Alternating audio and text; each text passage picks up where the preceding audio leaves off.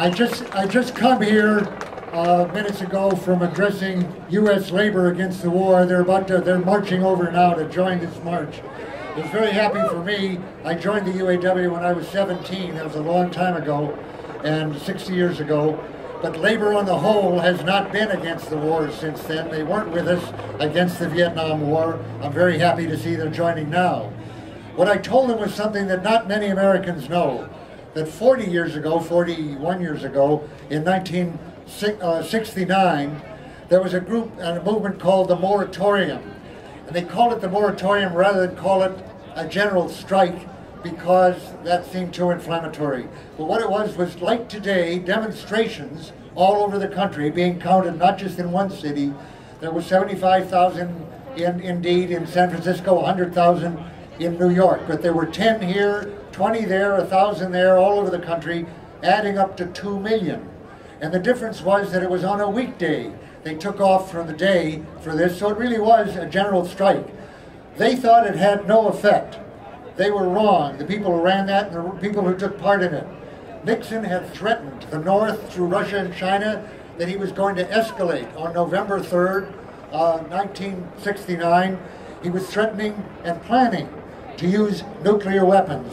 Laos and Cambodia, North Vietnam, hit the dikes, hit Mine Haiphong, all the things that he did do later, except for the nuclear weapons and the invasion of North Vietnam. It was people in the streets on that weekday that kept him from doing that and prolonged a moratorium against nuclear weapons for another 40 years. Now, right now, it's great that this is going, this is happening, but with Obama on the course he's now on, I think that even a lot of anti-war people have a mistaken impression that he will carry out his promise to get all troops out of Iraq, not just the combat troops, but all troops out of Iraq in 2011, before the next election. And that he will begin to lower the number of troops, which is beginning to increase now, that he will lower them as of 18 or 24 months from now, and that 100,000 troops or so represent a ceiling. I'm certain, for what that's worth, sometimes when I'm certain, I'm wrong. I'm usually happy about it, and I'd be happy if I'm wrong now.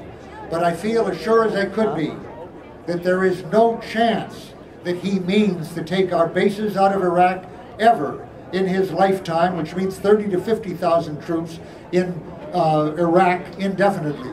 That'll release 100,000 compared to a few months ago.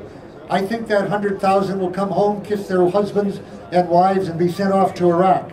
And then we'll have more troops 4 years from now than we have 2 years from now.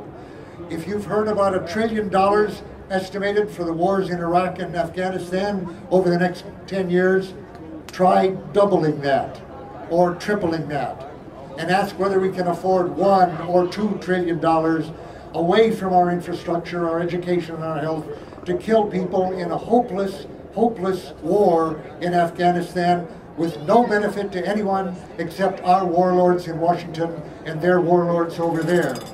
So that the only way we'll get out of that, and it will take a long time, is for the people here to spread the activity so that the day will come when a general strike in this country causes Congress to cut off the money for Afghanistan and Iraq the way that they ended the Vietnam War. That's the only way it will end. Thank you.